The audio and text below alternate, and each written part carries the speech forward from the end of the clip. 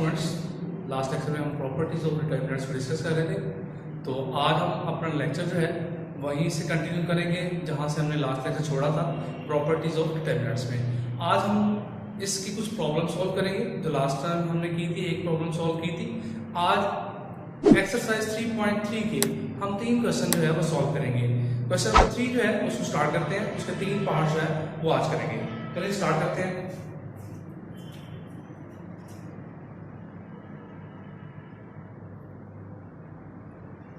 आज का जो हमारा टारगेट होगा वो क्वेश्चन नंबर 3 को उसके जो पार्ट्स 5th पार्ट से लेकर 7th पार्ट तक हम आज सॉल्व करेंगे। तो 5th पार्ट से स्टार्ट करते हैं।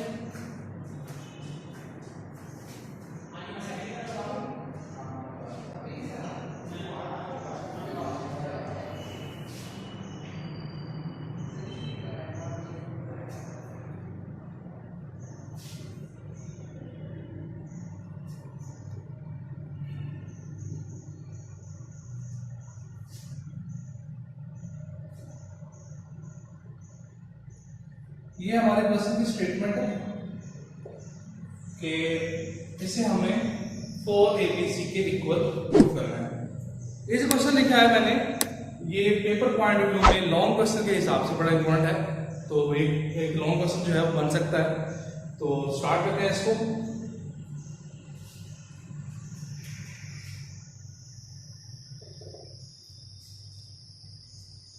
लेफ्ट हैंड साइड हम कंसीडर कर लेते हैं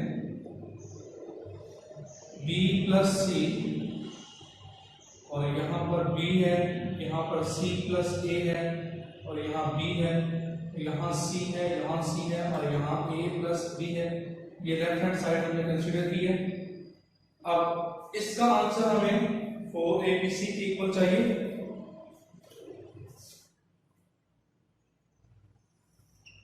तो देखेंगे हम क्या करते हैं, यहाँ पर क्या है b प्लस सी। अगर हम रो 2 को और रो 3 को, इन दोनों को अगर ऐड कर दें, रो 2 को और रो 3 को अगर ऐड करते हैं तो यहां पर b जब c में ऐड होगा तो ये b प्लस सी बनेगा।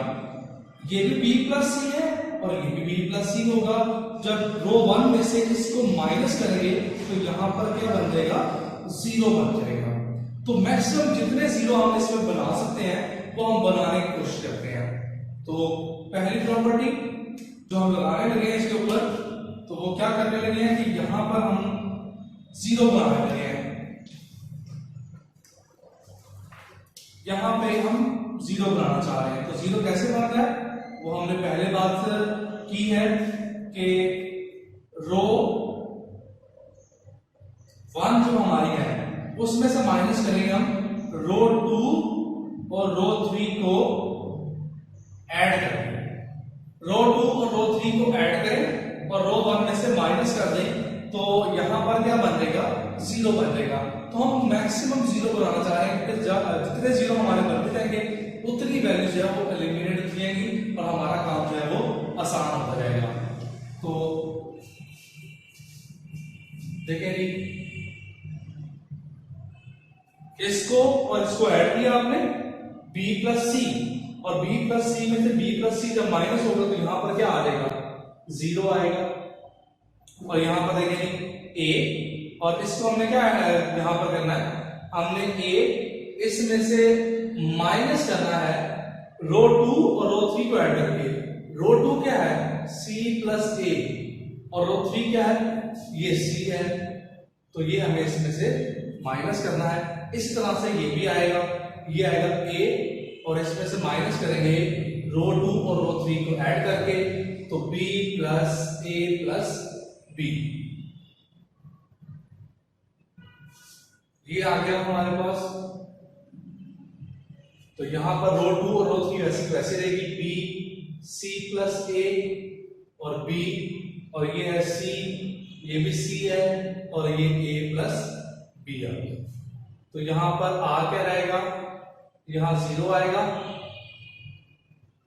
और ये a कट जाएगा तो c प्लस सी 2c होगा, जो बाहर माइनस है उसकी वजह से -2c आ जाएगा, और यहाँ पर a माइनस a कट जाएगा, और b प्लस b 2b होगा तो -2b आ जाएगा, और ये b और c प्लस a और b और ये c है, ये भी c है, और ये a प्लस b है, ये हमारे पास रह गया जी। तो यहां तक हमने किया क्या है, हमने सिर्फ यहां पे इस पोजीशन के ऊपर हमने 0 बनाया है।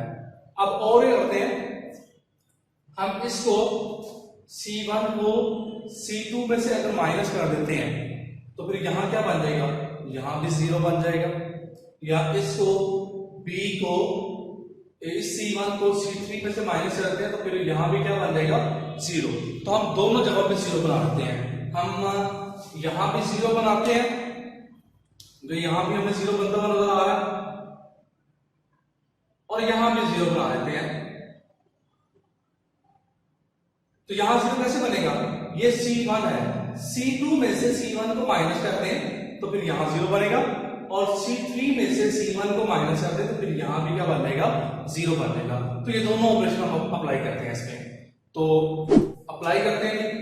तो क्या किया हमने, C2 में से माइनस कर रहे हैं C1 को, और C3 में से माइनस कर रहे हैं C1 को, तो क्या बनेगा, इसमें चेंज नहीं आया, C1 में कोई चेंज नहीं आया, तो ये वैसे का वैसे ही आ गया, C1 वैसे का वैसे ही रहा।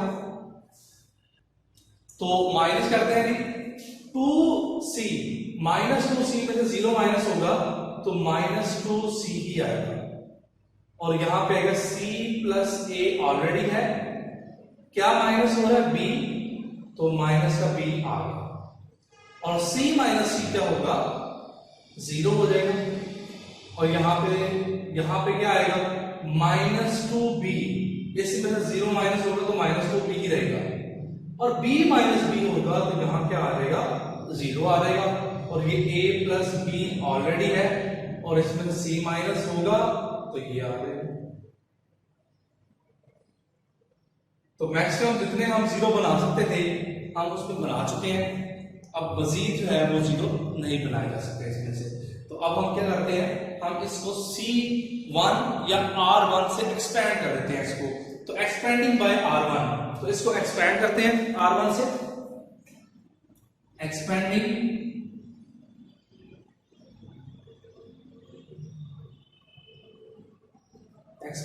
Bye R1। जब इसको R1 से एक्सपेंड किया तो उसका प्रोसेस क्या होता है, मैं हाईलाइट कर देता हूं इसको, हमने R1 से इसको एक्सपेंड किया, ये हमारी R1 है, ये इससे हम इसको एक्सपेंड कर रहे हैं। तो कैसे हम एक्सपेंड करते हैं, तो प्रोसेस जो है वो रिकॉल कर लेते हैं कि क्या प्रोसेस था हमारा, R1 का पहला एलिमेंट 0, क्या प्रोसेस था, 0 जिस रो में होगा और जिस कॉलम में होगा उसको खत्म कर देंगे, और जो बच जाएगा उसको लिख देंगे। तो यहां पर क्या बचेगा, यहां बचेगा c plus a minus b, ये 0 है, ये भी 0 है, और ये है a प्लस b और माइनस c, ये आ गया। उसके बाद क्या आएगा, नेक्स्ट एलिमेंट आएगा, लेकिन नेक्स्ट एलिमेंट किसमें आएगा, माइनस में आएगा। तो देखिए जी, माइनस और माइनस, पहला एलिमेंट प्लस का, दूसरा एलिमेंट माइनस का, ये ऑलरेडी माइनस का है लेकिन फॉर्मूले का माइनस तो आएगा, तो यहां पर साथ में क्या आएगा, साथ में आएगा ये जिस रो में होगा और जिस कॉलम में होगा हम उसको खत्म कर देंगे। तो 2c -2c किस रो और किस कॉलम में आ रहा है, ये इस रो में आ रहा है और इस कॉलम में आ रहा है, तो इसको खत्म कर दें, जो बाकी रह गया वो हम लिखेंगे, ये है b और ये है 0, ये है c, और साथ में क्या आएगा, a प्लस b माइनस का c आ जाएगा। अब नेक्स्ट वन क्या आएगा, -2b, ये प्लस का ही एलिमेंट होता है, और फिर ये जिस रो में होगा और जिस कॉलम में होगा हम उसको खत्म कर देंगे। तो जिस रो में है और जिस कॉलम में है खत्म उसको कर देंगे। तो इस रो में और जिस कॉलम में है इसको भी हाईलाइट कर देते हैं भैया।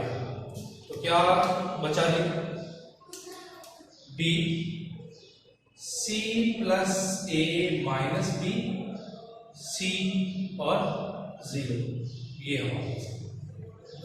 अब हम इसको एक्सपेंड कर लेते हैं। अच्छा, हमारे पास ये रह गया था 0, जब उसके साथ मल्टीप्लाई हुआ तो उसको टोटली 0 कर दिया, और माइनस था शुरू में और माइनस 2c था तो ये प्लस का 2c हो गया। आगे हम इस डिटरमिनेंट को सॉल्व कर रहे हैं। इसको इसके साथ मल्टीप्लाई किया, माइनस इसको इसके साथ किया, इसको इसके साथ करके तो 0 आएगा, इसको 0 लिख दिया। और इसी तरह से -2b, और जब b को इसके साथ किया 0 और माइनस, और जब इसको इसके साथ करेंगे तो c plus a minus b, तो ये हमारे पास आ गया।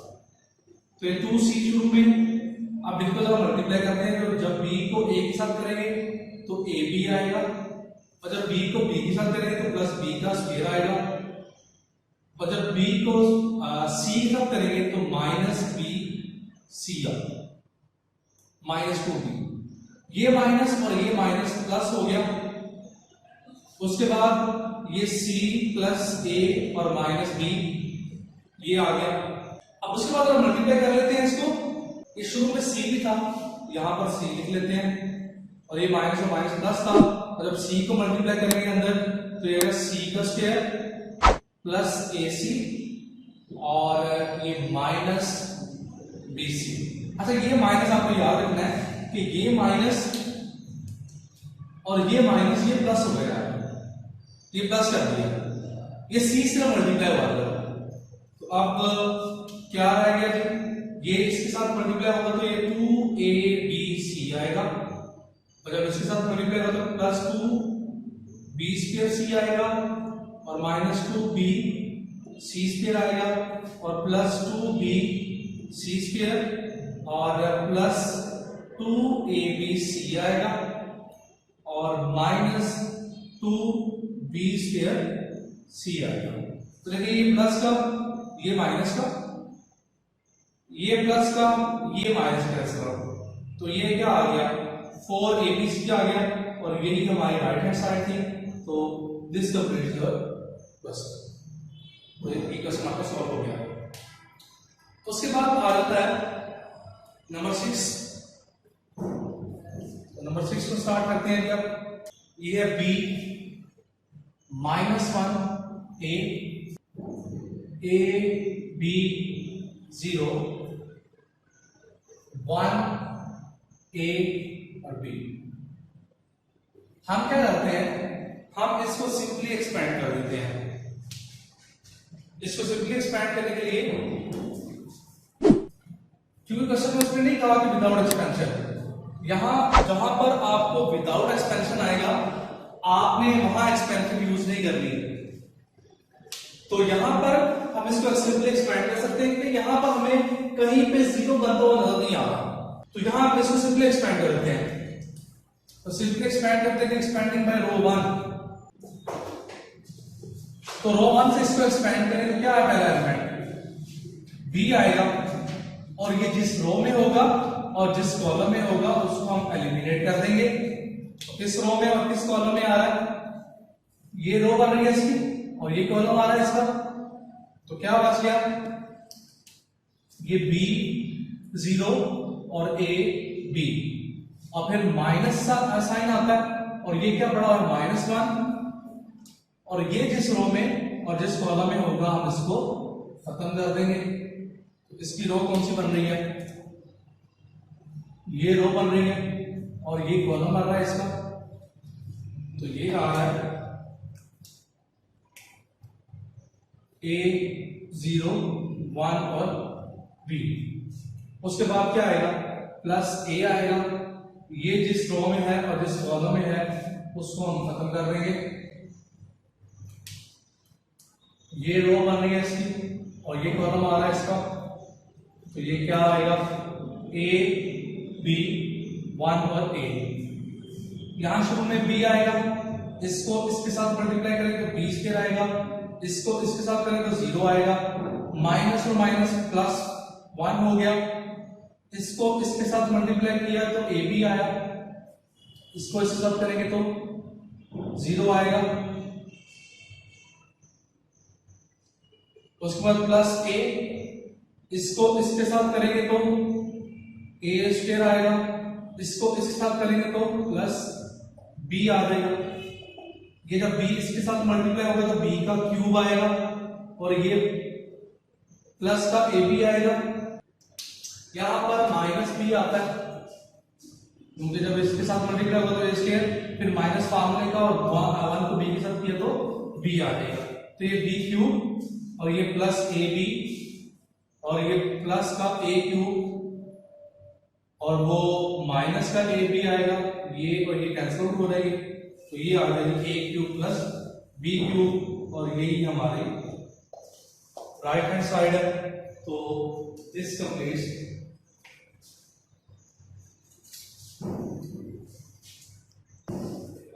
अच्छा, ये हमारा क्वेश्चन कंप्लीट हो गया, तो राइट हैंड साइड आ गई है हमारी।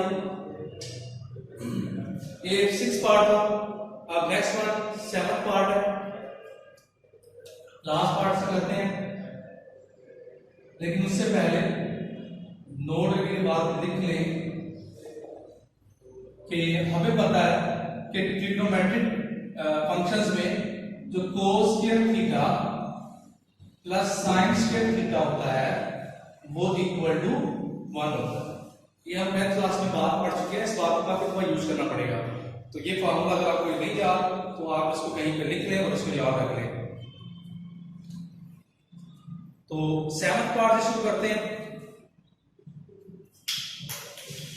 यह r cos ऑफ 5, फिर है 1 माइनस साइन ऑफ 5 0 1 0, उसके साथ है r साइन ऑफ 5 0 और cos of 5 equal to r, ये हमें प्रूव करना है। तो यहां पर भी हम लेफ्ट हैंड साइड जो है वो कंसीडर कर लेते हैं। लेफ्ट हैंड साइड क्या बन रही है यहां पर, r cos of 5 1 minus sine of 5 0 1 0 r sine of 5 0 और cos ऑफ 5। अब इसको एक्सपेंड करते हैं, यहां 0 है, यहां 0 है, यहां 0 है, सिंपली हम इसकी एक्सपेंशन करते हैं, एक्सपेंडिंग बाय रो 1, इसको रो 1 से हम एक्सपेंड करते हैं, तो रो 1 से एक्सपेंड करेंगे तो क्या आएगा, r cos ऑफ 5 आएगा और इसके साथ क्या आएगा,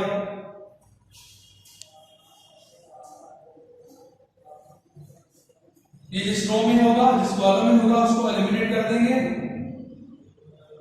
cos ऑफ 5, ये क्या है 1, जिस रो में है और जिस कॉलम में होगा उसको खत्म करेंगे,